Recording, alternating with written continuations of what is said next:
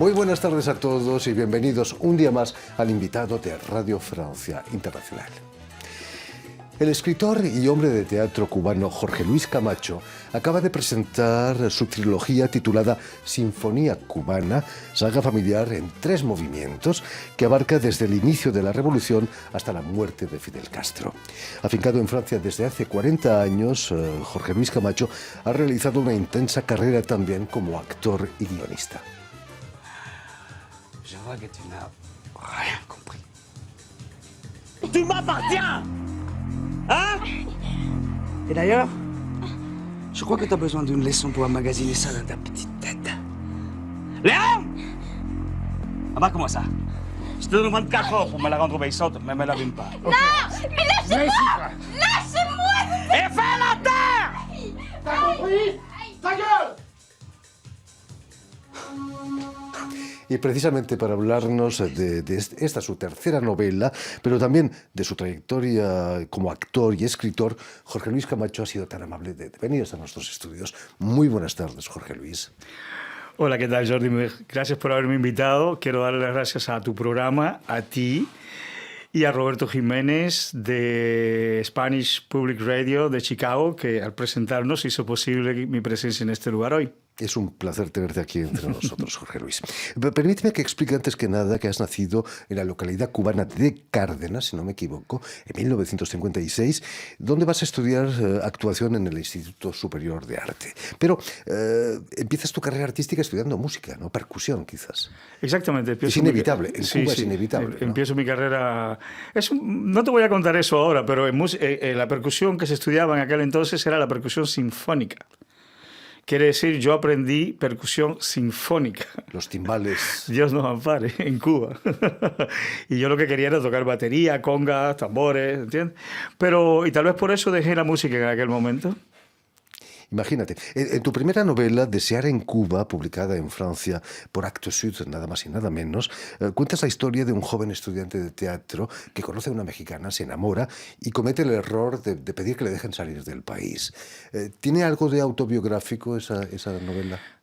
Bueno, la base es autobiográfica porque además yo había prometido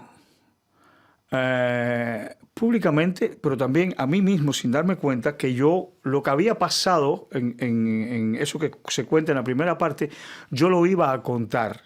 Y cuando publiqué la novela, un día me encontré con un amigo en Nueva York a quien le dije, mira, publiqué esta novela, patatín. Y él me dijo, pero si tú habías dicho que eso lo ibas a hacer. Y dije, wow. En realidad no es autobiográfica más que en el sentido de que yo estudié en ese Instituto Superior de Arte y que estuve relativamente ligado a lo que pasó con una obra de Mosek, Striptease. La mexicana no existió en mi vida, la cárcel no existió, yo no he matado a nadie. Todo eso, todo lo demás es recreado. Lo único que es real, a mí no me gusta contar mi vida en realidad, además lo hago muy mal. Entonces, lo único que es real es que yo estudié en ese instituto. En tu novela el protagonista, su padre, es un coronel de la Revolución. Tu familia no estaba implicada en la Revolución, ¿no? ¿O sí? No. Mi familia no. ¿Artistas en tu familia, quizás? No, tampoco. Mi padre soñaba con cantar punto cubano, que es la música del campesino cubano, pero nunca lo hizo. ¿Y de dónde salen esas ganas de hacer teatro, de cantar, de hacer música? Mira, no te puedo decir la verdad. Creo que mis primeras ilusiones como artista vienen de la literatura, justamente. Porque en mi casa se leía mucho. No había televisión cuando entonces y nos entreteníamos a la noche leyendo. Y recuerdo que tras haber leído los Algaris, Dumas y todos esos libros que se leen a la adolescencia, un buen día me pusieron en la mano una novela policíaca y me dijeron, lee esto, que es un policíaco. Se trataba de Thérèse Raquin de Sola, que sí, es como un policíaco. Y a partir de ahí, entonces, ¡buah!, entré por la puerta grande, digamos, en la literatura. La lectura es el deporte nacional en Cuba, ¿no? En las fábricas de tabaco hay lectores profesionales que leen a las trabajadoras y trabajadores, ¿no? Sí, eso siempre existió y eso fue un logro sindical, no es que lo haya hecho el comunismo. Eso fue un logro sindical que existió de toda la vida. Imagínate. ¿Es cierto que eres expulsado de ese instituto de arte en el 4º año de tu carrera por actitud manifiestamente contraria al proceso revolucionario? Sí, tengo ese orgullo. Y es curioso porque éramos los tres primeros carnet del instituto fundadores. El primero fue expulsado por problemas políticos también. La segunda fue expulsada, era una chica, no recuerdo por qué. Y yo, que era el tercero, Camacho, por la C, pues también me expulsaron, tuve esa gloria. Allí en La Habana vas a estudiar con profesores que venían de Moscú, que imagino que traían bajo el brazo el método Stanislavski, ¿no? Sí, es lo mejor que me pudo pasar fue, francamente, mis profesores soviéticos, aunque tuve muy buenos profesores cubanos también. Trabajé con Mario Balmaceda, que era una joya, pero que hizo Lenin y siendo un mulato. Te puedes imaginar. Pero sí, los soviéticos fueron algo maravilloso, francamente. El método de Stanislavski ahí puro. ¿Hablaban español? No, tenían una traductora, pero se sabían tan bien los textos que yo hice un Macbeth y hice varios Shakespeare con ellos. Y cuando yo me equivocaba en un bocadillo, ellos lo sabían. Era impresionante. ¿No? Por eso yo, para mí, guardo un recuerdo maravilloso de estos profesores. Y en el 81 vas a instalarte aquí en París. ¿Cómo saliste de Cuba? Por amor. Resulta, como en tu novela. Resulta que me enamoré de una compañera de la escuela que estudiaba piano y ella me dijo un buen día, si te casas conmigo te puedes ir de Cuba. Y yo le dije, amor, te puedes ir para Francia, porque resulta que era la hija de una baronesa arruinada que había sido bailarina del Molino Rojo. Y yo le dije, yo me caso contigo para irme para el infierno, así que te puedes imaginar, para París. Y llegaste al Moulin Rouge, al Molino Rojo, ¿no? No, hasta ahora no he bailado en el Molino y creo que ya perdí la oportunidad. Bueno, nunca se sabe. Aquí en París vas a lograr entrar en el Conservatorio Nacional de Arte Dramático, donde continúas tus estudios de teatro. No es fácil entrar en el conservatorio, ¿eh? Bueno, tuve mucha suerte en realidad, sí. Pude entrar como alumno extranjero, porque mi francés era pésimo. Yo acababa de llegar a Francia y yo no estudié francés. Yo aprendí yo soy fundador de la primera guilda de guionista francés por milagro, porque yo no lo estudié nunca. Yo lo aprendí a golpes. Todavía me cuesta mucho escribirlo, por cierto. ¿Cómo fueron esos años del conservatorio? ¿Con quién te encontraste? Bueno, conocí una generación de actores que después un poco que perdí de vista, ¿no? Porque los chicos franceses hicieron un recorrido diferente, entraron en la Comédie Française, mientras que yo salí un poco a ser de traficante de cocaína, ¿no? Porque con mi acento y mi tipo, pues me sucedió eso, ¿no? Que trabajé mucho como malo, como me decías ahorita. Que estábamos viendo. Y eso tal vez me vino bien, porque eso me llevó a ponerme detrás de la cámara. Ahí fue donde dije, bueno, delante de la cámara se nota que soy extranjero, pero detrás de la cámara no. En realidad sí, también se nota, pero se nota menos. Entonces ahí fue que me convertí en guionista. Y que hice una carrera bastante interesante como guionista, hasta que me cansé un poquito de escribir por dinero. En todo caso, siempre escribo por dinero, porque todo trabajo se hace para ganarse la vida, ¿no? Pero quería escribir no bajo las órdenes de nadie. Voilà. En el teatro vas a trabajar con el gran Robert Hossein, gran director, que hacía mega puestas en escena, ¿no? Eran monstruosas en grandes escenarios. ¿Cómo fue? Hiciste incluso un Ken con él. Donde trabajé con Belmondo, tenía una bronca con Belmondo, me fajaba otro con alumno Belmondo. del conservatorio, Jean-Paul Belmondo. Sí, pero bueno, no nos encontramos. Con Robert me pasó una cosa muy linda. Yo en Los Miserables tenía 3 bocadillos. Y cuando yo voy a decir el primer bocadillo, en una escena donde había caballo, gente, había una barricada, una escena, bueno, la escena de las barricadas. Y yo tenía que decir Marie Taton a otro personaje de los chicos. Y cuando voy a decir mi primer bocadillo en el cine francés, digo, Marie Tatin. Y Robert dice, ¿pero qué es eso? Y corta. Y entonces terminé haciendo el gesto, ¿no? Y luego le explicaron, pero Robert, ¿tú lo escogiste así? este chico acaba de llegar de Cuba, pero es muy bonita la historia. Si no fuera por eso, si lo hubiera dicho bien, no lo podría contar hoy. Trabajar con José debe ser una locura, ¿no? Maravilla, todos lo queríamos mucho. También con Victoria Abril también has hecho algún papel. Sí, bueno, con Victoria Abril en realidad lo que hice fue la música. Teníamos el mismo empresario y nos encontrábamos a menudo, pero ella trabajó en una película cuya música la escribió Alexandre Desplat y yo fui el pagolier. En realidad hicimos los dos un poquito de todo, pero cada cual se dio los créditos y tuve la suerte de trabajar con Alex, que es 3 Oscars creo que tiene ahora. Imagínate. Pero, Jorge Luis, la escritura ha estado siempre presente en tu vida, primero, como decías, como guionista y más tarde como novelista. Era una manera de complacer la faceta intelectual que el actor en general no tiene. Sí, yo diría que al ser actor tengo varios personajes en mí, ¿no? Y entonces yo siempre leí mucho y siempre supuse que la literatura era el final de mi vida. Quiere decir que iba a llegar un momento cuando yo tuviese la esponja llena de vivencias, no porque me gusta contar las vivencias directamente, sino porque las vivencias son sabiduría si uno las escucha. Y entonces me parecía que la literatura era contar lo que uno sabe, lo que uno aprendió de la vida, y por consiguiente eso venía para mí, en todo caso, no es para todo el mundo igual. En mi caso venía tarde, venía cuando la esponja estuviese llena. Y bueno, ahora simplemente llegó el momento. La esponja está desbordando en estos momentos con la Sinfonía Cubana. ¿Cómo nace la idea de escribir esta saga en 3 volúmenes, en 3 movimientos, que es la Sinfonía Cubana? Siempre, desde que terminé la primera novela, esa que había escrito un poco por un compromiso, digamos que de cierta manera yo formo parte de los escritores que lamentablemente escribimos contra. Yo escribo siempre contra algo. Y como tenemos la historia en Cuba tan política y tan triste, pues escribo contra la dictadura. Tal vez me dé tiempo a escribir contra otras cosas. Ahora, la novela que voy a empezar ahora es sobre el jazz y la esclavitud. Entonces, bueno, voy a escribir de nuevo contra. Voy a escribir contra la esclavitud. Pero la Sinfonía Cubana es un sueño que siempre tuve en mente. Desde que terminé mi primera novela, yo sabía que tenía que escribir la Sinfonía Cubana. Incluso escribí una chiquitita por el medio, que escribí en francés, porque no podía comenzar ningún proyecto importante. La Sinfonía Cubana era como un tapón que tenía en el cerebro que no me dejaba avanzar a otra cosa. Y bueno, ya, tenía que sacarla sí o sí.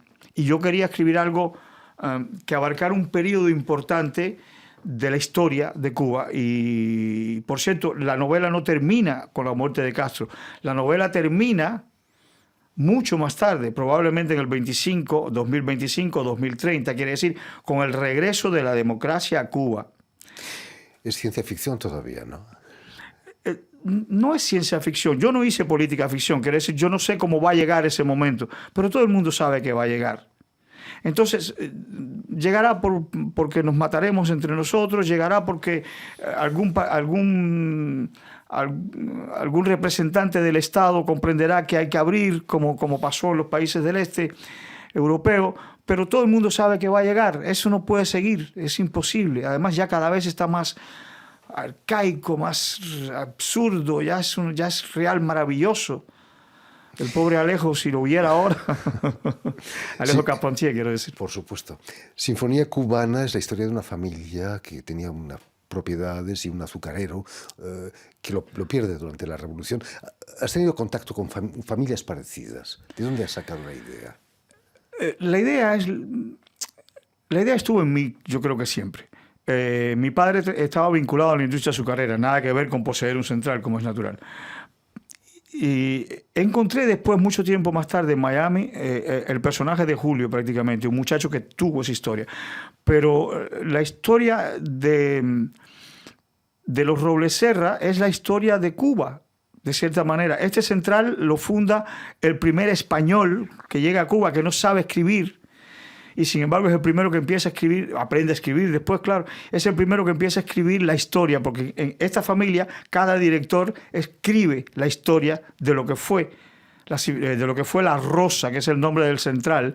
Y entonces es una familia puramente cubana. También eso era importante para mí porque el comunismo o el castrismo, si podemos hablar de ese sistema, porque no creo que sea ni siquiera comunista, es más bien castrista, ¿no? Es una dictadura sencilla y llanamente que se disfraza de lo que puede. El castrismo negó la historia anterior. Y sin embargo, yo quise una familia que tenía mambises. Los Robles Serra, el central de La Rosa fue quemado por la colonia española. Ellos fueron, un Robles Serra murió en la Primera Guerra de Independencia, otro Robles Serra murió en la Segunda. Quiere decir, es una familia no justo de abolengo, que es rica, no, es una familia que es profundamente cubana. Todo lo cubano que se pueda hacer, puesto que todos nosotros tenemos un abuelo español o indio, pero casi poco tenemos indios. Según la leyenda familiar, mi abuela Serra tenía india. No, mi abuela se llamaba Sofía. Mi abuela, bueno, yo tenía dos. Una se llamaba Dolores, qué nombre, y otra se llamaba Sofía, que le puse el nombre de Sofía a la abuela aquí por homenaje a ella, pero aún así no se parecen. ¿De dónde sale, Jorge Luis, esa capacidad de los cubanos de reír y llorar de un mismo asunto? Mira, el clima quizás. No creo que los cubanos seamos los únicos que tenemos esa capacidad. Me lo tomo un poco para nosotros abusivamente. El llanto risa lo tenemos todos. En todas las culturas se ríe y se llora de lo mismo. Tal vez nosotros lo tenemos un poquitín más porque, no sé, porque hemos sufrido mucho y nos gusta reír. Y yo me alegro porque creo que el llanto risa como tal, el concepto es la Sinfonía Cubana donde aparece por primera vez. Y de eso me siento un poquitín orgulloso. Acabas de presentar en Miami esa trilogía, la Sinfonía Cubana. ¿Cómo ha sido recibida ahí por los cubanos de Miami? Bueno, en realidad la sinfonía acaba de salir. Quiere decir, el tercer libro todavía no está ni siquiera publicado. Por cierto, los libros están en Amazon. Yo los quise autopublicar porque quería ser dueño. Ya he sido publicado por las editoriales clásicas reputadas y me di cuenta de que yo quería ser el dueño de la sinfonía, no quería que nadie me la quitara. Yo decido cuál es el precio, yo decido cómo se vende, yo soy el dueño y no se la doy a nadie, al menos en español.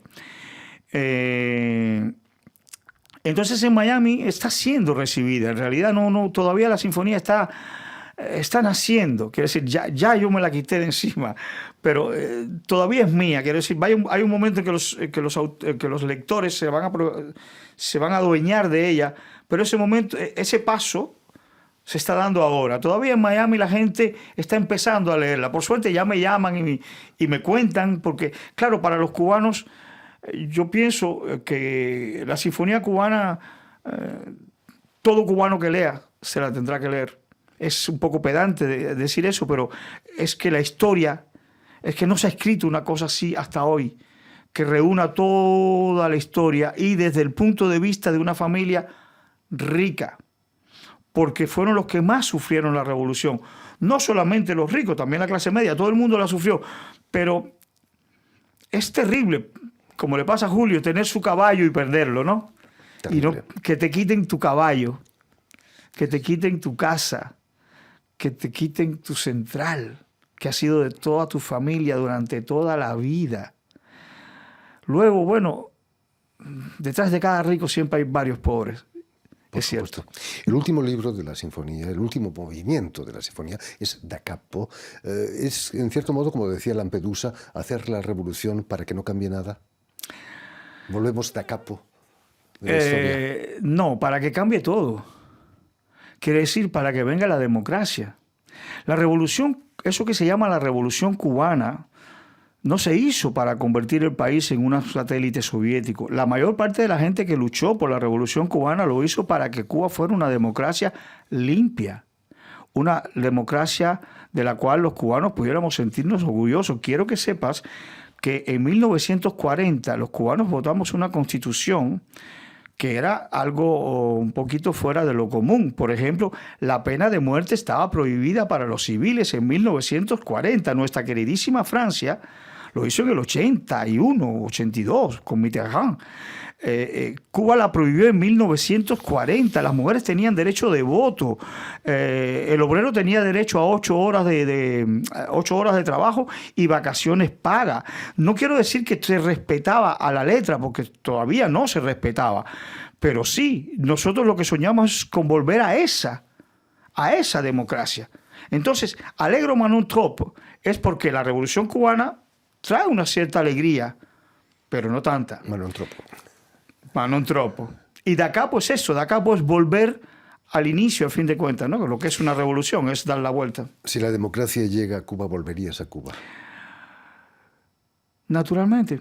Tengo un hijo francés, ahora me quiero ir a vivir un poquito a Miami, me falta Cuba un poco, aunque quiero mucho Francia, pero llevo ya 40 años en París. Y yo pienso que sí, claro. Y te digo, el sueño que tengo es que la sinfonía sea una tetralogía. Quiere decir que la vida me lo permita, me dé tiempo suficiente para ver el cambio y contarlo.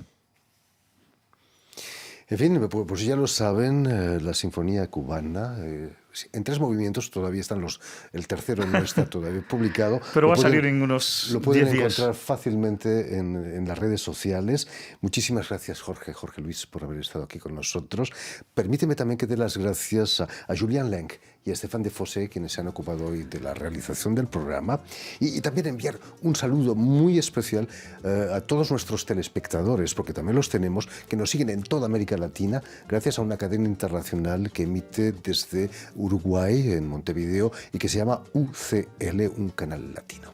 Muchísimas gracias a ti, a ustedes todos. Y a ustedes también. Muchísimas gracias por su atención y les damos cita para una nueva edición de El Invitado de Radio Francia Internacional.